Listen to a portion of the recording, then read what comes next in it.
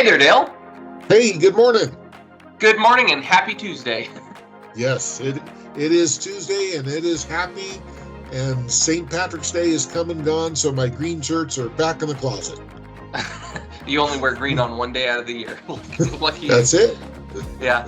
I'm telling you though, I've started my allergy regimen. Hopefully it sticks in there. Spring is in the air, and we're going to talk more about why that is so great. But tomorrow, Wednesday, 10 a.m., we're actually hosting our Homestead Mortgage Coffee Hour. This will be the second one that we do. If you got questions on loans, if you want some free coffee, if you want to network, you want to meet other people, come on down, get a free cup of coffee, chat with us, and let's see how we can help each other in this new market that we have. Dale, we got some big news coming today and tomorrow. What is happening?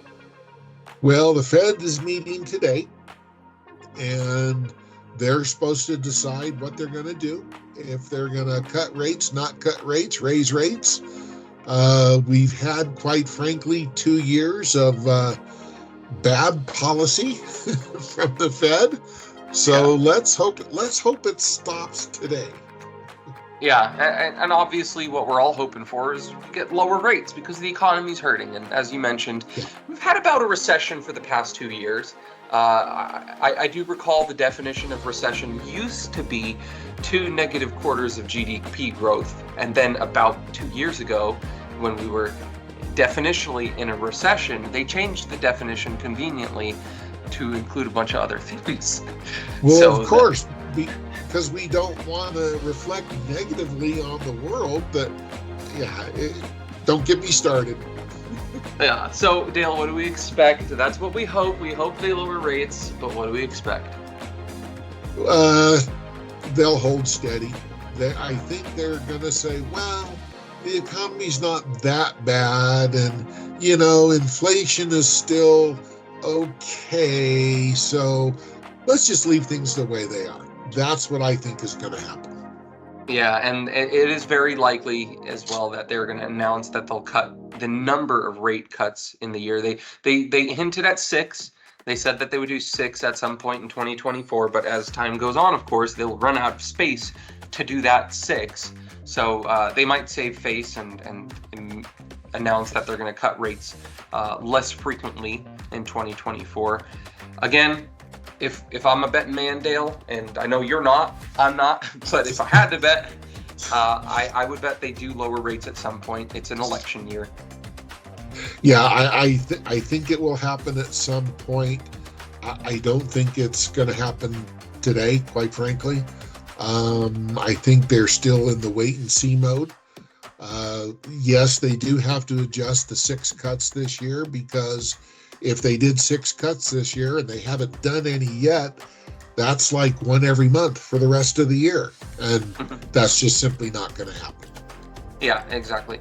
And the other aspect of this is that as we move further in the year, we kind of get a little bit of normalization in the market. And I want to bring this up as a little bit of a token of hope for you. These are housing starts and permits, as well as completions. And take a look. We are seeing some starts go up. We got about 10, 11% on single family. This is really, really great news. Take a look at that year over year for the single family, 35%. This is really fantastic because it means we're going to have more inventory at some point. And you can see permits. We do have a little bit of an uptick there. The year over year figure is really good for this. But what I really want to draw your attention to is completions. Take a look at those completions. 20% completion rate for this month of single family homes. Now, inventory has been a huge driving factor of the housing market right now. That's why we are seeing housing prices continue to skyrocket, because we've had really, really low inventory. Now, Dale, I'm hoping you can help us parse out this chart, because we've experienced low inventory for the past 2 years, but this doesn't really sell that exact narrative, does it? No, it doesn't. In fact, if you look about the time of COVID, our inventory was really, really low. And then it is gained momentum, and our inventory has grown, but you got to remember, this is nationwide. This is not Amador County. This is nationwide. And many of the housing starts are housing developments. If you've driven to Roseville or Folsom in the last 3 months, you see this massive housing development there on White Rock Road. So things are starting to happen.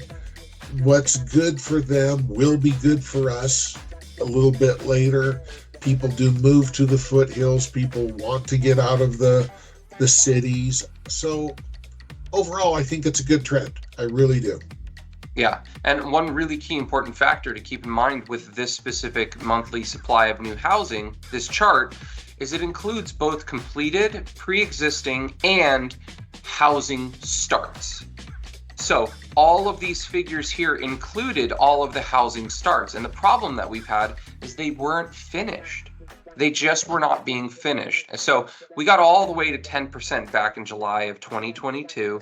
And right now we're sitting pretty at 8.3% month supply. But the truth is, you look at your local markets, whether it's nationwide or here in Amador County, and it's just not matching up with reality. We don't have 8.3 months supply in the market. We have much, much, much less than that. Estimates around 2 or 3 months at most. So what begs the question? Well, it's the fact that we had all of these starts right here, but finally, we are seeing completions. And you see that reflected in the year-over-year numbers. The starts are about 35.2% year over year. Permits are up 30% almost, but take a look at completions. We don't even have 5% on the single family year over year. And that's why we have this weird looking inventory that we have in the housing market. So all in all, this means this spring we're going to start to see more houses come on the market. We're going to start to see people move around a little bit more and hopefully normalize a little bit closer to what we've had years past. And one of the reasons for the starts not being completed simply is because there weren't buyers to complete the houses for. But hopefully we'll see some turn. It is the beginning of a perfect storm. So that being said, we have our first time home buyer seminar, third Tuesday of the month, online, in person, April 16th. We do normally host a credit education seminar, but that one's being canceled just because I will be out of town and no one will be here to give it. Anyways, if you have any questions, feel free to reach out to us, call, text, email, whatever you need, we will be there for you. Happy to help anybody we can. All right. Well, that wraps it up for today, Dale. All right. Have a good one. You too. Take care. All right. Bye-bye.